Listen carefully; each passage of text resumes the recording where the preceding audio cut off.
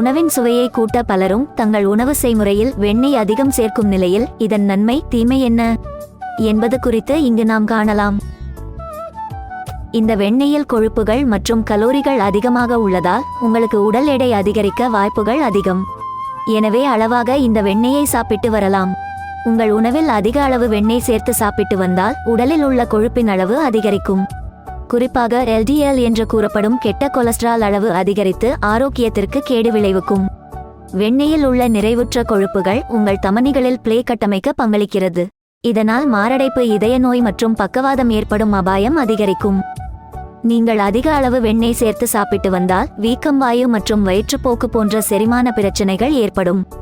மேலும் லாக்டோ சகிப்புத்தன்மை உள்ள நபர்களுக்கு செரிமான பிரச்சனைகள் ஏற்பட இது ஒரு முக்கிய காரணம். இந்த வெண்ணெயில் சர்க்கரை இல்லை என்றாலும் அதிக அளவு வெண்ணெய் சாப்பிட்டு வருவதால் இரத்த சர்க்கரை அளவு அதிகரிக்கும். இது நீரிழிவு அல்லது இன்சுலின் எதிர்ப்பு உள்ளவர்களுக்கு ஆபத்து. உங்கள் தினசரி உணவில் அதிக அளவு வெண்ணெய் சேர்த்து சாப்பிட்டு வந்தால் ஊட்டச்சத்து ஏற்றத்தாழ்வுக்கு வழிவகுக்கலாம். இதில் கொழுப்புகள் அதிகம் இருப்பதால் வைட்டமின் மற்றும் நார்ச்சத்து குறைந்துவிடும். கொழுப்பு சத்து அதிகம் நிறைந்து காணப்படும் இந்த வெண்ணெயினை நாள் ஒன்றுக்கு 1 ஸ்பூன் அல்லது அதற்கும் குறைவாக எடுத்துக்கொள்வது நல்லது. வெண்ணெயின் அதிகப்படியான நுகர்வால் நம் உடலில் உண்டாகும் மாற்றங்களை அலட்சியமாக தவிர்க்காது அதற்குரிய மருத்துவ ஆலோசனை பெற்று ஆரோக்கியத்துடன் வாழ்வது நல்லது.